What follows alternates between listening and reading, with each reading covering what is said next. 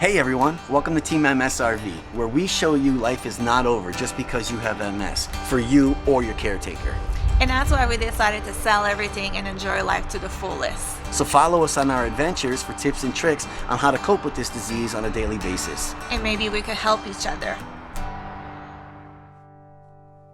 Hey everyone, today's video is going to be about... What is it going to be about? Wait a minute. Memory! Oh, yeah. Memory, right. Yes. Right, we know if you have MS, you probably have memory problems or memory loss problems, right? Yes. And whether it's you forgetting old things that happened a long time ago, but most likely it's your short-term memory and you're forgetting things that, like, why did I walk into this room? What the heck did I need in this store? And stuff like this, right? Yes. So, yeah, on the topic of memories, we know that memory loss or just forgetfulness is a major part of MS, as we just said. Mm-hmm. So we're creating this thing for ourselves. You guys are happy to join in your own little adventures. But what we do, in case our memory fails us one day, I took an old guitar strap, and in our travels, we've been collecting enamel pins. And these are all places in semi-chronological order. Yes. Right? Yeah. And these are all things that affected us, or national parks we visited, or we were there with the cicadas coming out in Pennsylvania. Yes, that was We helped train my brother's puppy, you know. So here, I'll give a close-up rundown of this thing. And that's just from our first trip down to Florida and back up to Maine. And now we're headed our way back out again. Yes. So anyway, we just wanted to share that with you because this is our adventure, and we're hopefully going to fill this up on both sides and maybe need more straps. Yeah, that would be fun.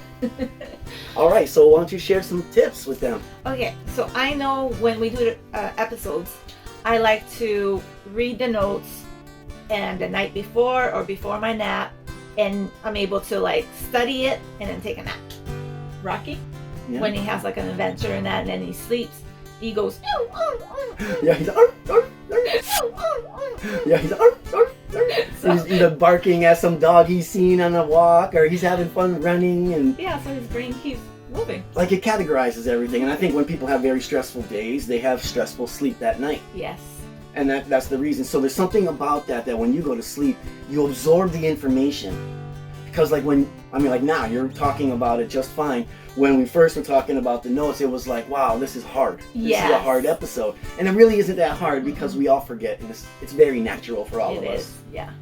Okay, so there's another trick here that she didn't mention that goes with the sleeping learning, is the 1 foot 1 foot learning. So learning, yeah. we always say it. We're not scientists. We're not We're doctors. Right? But we are people that live with this kind of stuff. Yes. So MS, as you know, if you've been following along your disease and learning about it, which you should be doing, because that's the best battling tool you have, is information for yourself, to help yourself. You know that pathways from one neuron to another is your memories. That's how your thoughts work, right? Yes. And MS kind of breaks those pathways. In order to reconnect that pathway, say it's remembering where you left your keys, right? Normally you put your keys right here every day, and that you're creating a strong bond between some neurons in there, and there's like a connection and a pattern that lights up. Yeah, and then one day it's not where it's supposed to be, and you're like, wait, it's not like the connection. Yeah, especially when the MS has affected that area of the brain, so now like part of that pattern is missing. Yes. So the whole 1 foot learning technique is that if you just try to remember something alone, you use a very small section of your brain. But if you add in a motor skill, like your 1 foot, so now you're balancing on this 1 foot of yours. It might be hard. You can hold on to something. The whole point is that your brain is saying, lift your leg up, and now remember something. Now your pattern includes that leg lifted, so it strengthens the connections between those neurons. So there's something about that. If you can't do 1 foot, you can raise your hand. You can do something just very deliberate, something on purpose, so that I'm holding my hand out to the side every time I want to remember my grocery list. Maybe it's something like that. So another technique is extreme visual, like crazy story, so you could remember. Yeah, like something wild in your mind. Matter of fact, hey, let's put her to the test right now. So the other night, not last night, the night before, we had to go. Oh wait, we were talking about these techniques because we were making the notes, and I said, let's practice right now. And then we created a funny story, and there was 3 items on that list, and let's see what she knows. I'll tell you if she's right or wrong, and go ahead, start. So I'll start the story that we created. Yeah. Was walk into Edna's house. Our old house where we used to live. There's an island there, and it was a paperclip. That's the first item on the list. And then I turn to the right to go to the living room, and I see Rocky there. That's 2 on the list. He was smoking a cigarette. 3 on the list. See that? I remember. And why would she remember paperclip, Rocky, and cigarette? Because it was a crazy story. And yeah, your brain's like, wait, what? And that's what makes it work. So extreme visuals is real. So always, like, if you need Jell-O, you need to remember Jell-O, and you need to remember bags. You'll always remember the bags and the Jell-O at that point. Mm-hmm. So that's another great technique. Yes. Another one here, and I'm always looking at the list, the palace technique. The palace technique is like, the way I interpret this is you use your strong bonds in your mind already. Like, say, for example, your dad's house, right? You would say, you grew up there. Yes. So there's many memories in this place that are embedded in your brain already, right? There's many pathway connections, many patterns. So with that, when you want to remember something, you can walk through that memory, but place things in your path. Does that mean that I walk into my dad's house and...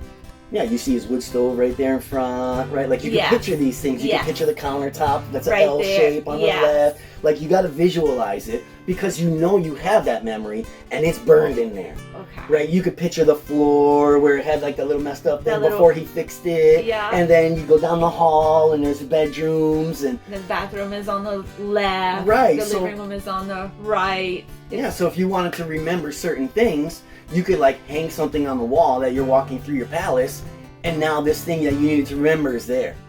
Okay. And that also can be a wild thought. And so you only have to remember half of what you're trying to remember because the other half's already a pattern. It's pretty cool. So that's another great technique, the palace technique. And then when I was diagnosed with MS, what I was doing is I was doing some memory games on my phone to try to keep my memory going. That's right. So the same kind of idea. Yeah. Right. Yeah. So I'm sure there's free services, there's probably apps. I'm not giving any recommendation. I'm just saying that it wouldn't hurt to play memory games. Yes. If you can. Yes. Okay, so mnemonics, pretty sure that's how you pronounce that. We're schmucks if not. It's spelled with an MN in the beginning, so I think the M is silent. Mnemonics, like pneumonia, kind of, right? It's just a fancy word for memory tools and memory tricks and memory games. So if you hear something like that in these websites and you read that word, you're on the right path. You're looking for the right stuff. I have another one is the password. So you create a master password, and then what it is so you have the higher case or the uppercase letter. The uppercase letter, the lowercase, and then you have numbers and symbols. And a symbol. Yeah. The one that all the requirements for all websites. Yes, so you have that strong password, and then you just use your, like if you do YouTube, so you're gonna go... You'll modify that password with a YT dot. Strong password. And then your strong password. Yes. Right. Or any pattern you want. You can say one YouTube dot. You can do any pattern you want, but your main password is strong enough for all the websites already. Yes. Yeah. But I guess the tip is don't use that for credit cards or banks or anything personal like government stuff with personal information. But all the other websites out there that most of us use daily. Hulu, Netflix, yeah, Netflix. All these. Right. So you have this one strong password, and it's a good password, and then you just modify that. So you don't have to really remember any passwords except that one master. Mm-hmm. And then you're like, oh, I'm going to yahoo.com. Man, that made me sound old. Yahoo.com. Oh, Yahoo! Wow, now I'm really old. Wow, that might get cut. But then you'll just put like a Yahoo dot and then your great password, or your great password dot Yahoo. You don't even need the dot. But however you do it, make it so that it's consistent, so it's easy to remember. Yes. The consistency is the key. That was a good one. How about another one? Names. Right? This is something... Yeah, that affected me. I used to remember all kinds of names. I would see a person, I would remember. It was incredible. Like, I would talk to her about husbands of the wife for the job I'm working at on site, and then like a year later, I would have no idea what his name was. She was like, "Oh, John?" It's just like, yeah, that was his name. I got Patty, John and Patty, yeah. She remembered people's names that she didn't even meet face to face. No. But you did take a lot of pride in the fact because as a medical assistant, Yeah. you're the meter and the greeter for most patients, and they're not feeling good normally. Yeah. And it makes them feel a little bit better when you know their name when you see them. Yes. Right? Yeah. Just like you want. Mm-hmm. Like you could walk them, like you just see them like on the hallway, and you're like, "Hey, John," and they're like, "Oh, hi!" Like it relaxes people. It makes them does. feel good inside. You're already at the doctor's. It's probably not a good visit. Mhm.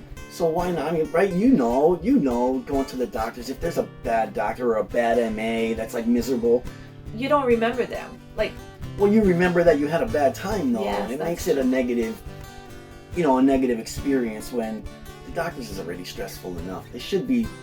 I know it's not a perfect world, and everybody has bad days. We're all human.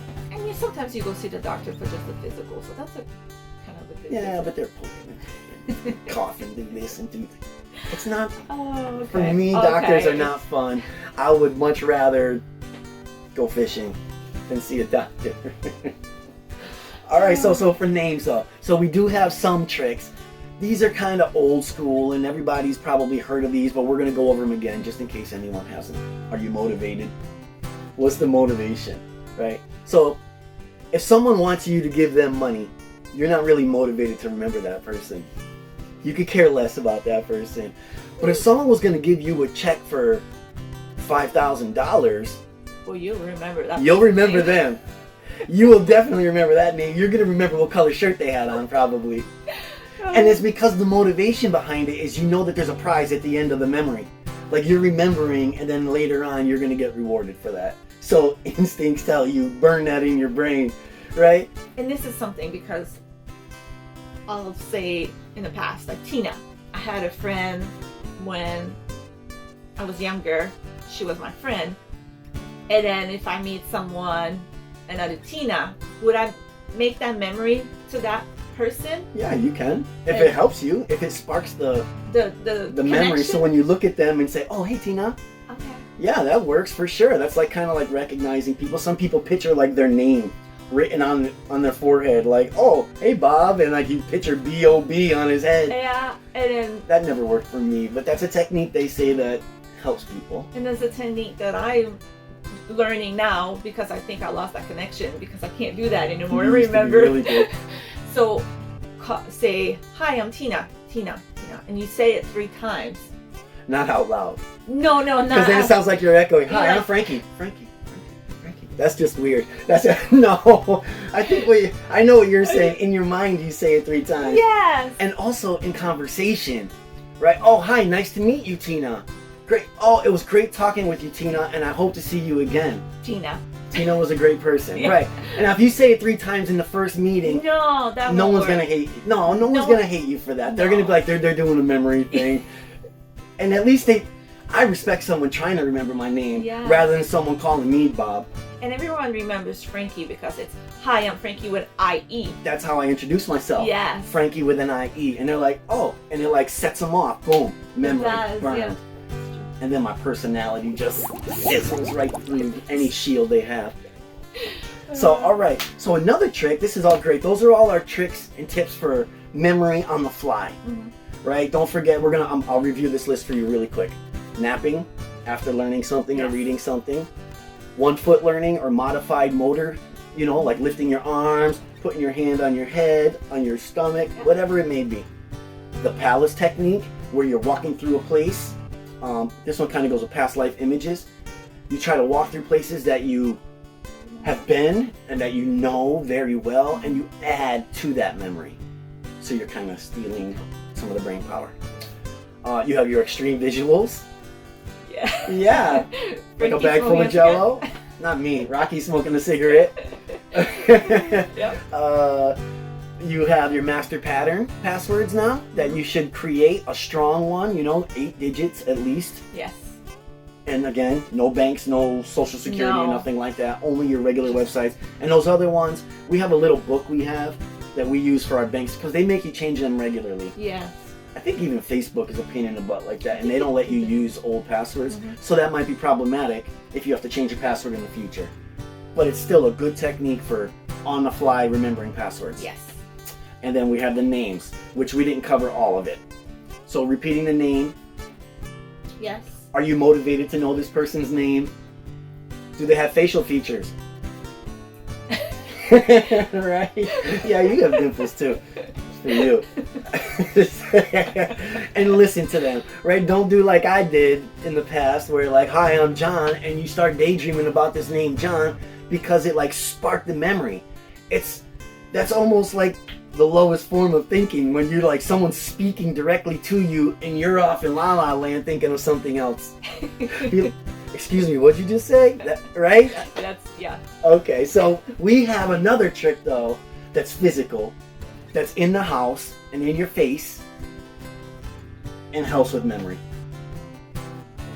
Bedroom, bathroom, outside door, TeamMSRV, and the Kanban board. Yes. So, let me get nice and close to this, and now go ahead, give them an explanation. So I have the daily, so I need to exercise daily, the video, and take food for supper because I keep forgetting. Out of the freezer. Yeah, Yes. yeah, that's good. And then a to-do list. So, and then I start that. I Plan put it trips here. for Arizona. All right. And then start it. Oh wait, this is done. Oh. I did this yesterday and this yesterday. Isn't it feels so good? The satisfaction Yes. of being done. Done. And what else is great about this is that, you know, we use the smaller ones because we ordered them from Amazon and we didn't realize. But if you use the larger, the full-size Post-its, you can limit how many things go into the column. Yes. So this way you don't have 20 things started. You could say, this column is full. I cannot start anything else until I start moving started stuff to the done. This is cheap. This is easy. I want to say this cost us $20 total with the board, the markers, and the stickers. I'll link to all this stuff in the description Yes. because this is easy to do. And just so you know, that marker up there, that's all permanent marker. Yes. And we did it with a straight edge, and we were smart. Yes. And then my goal is I don't want more than 5. Okay, so you know already that you don't want more than 5. Yes, this to do I don't want more than 5. And then this I like when there's more than 5. Right Yeah, here. because this is satisfying, right? Yes, Knowing this it stuff is. is done. Yeah. But yeah, these are things we do. Ooh. Wait, who's gonna be the lucky one? The first one. High five one of our followers. It has to be a random person too. Yes, No, yeah. no family on that one. No. Okay, we're out. So hope you like this video and hopefully it helps you guys Remember stuff. remember stuff. Yes. Even if it's just a little bit. Yes, and it's a good exercise for you guys.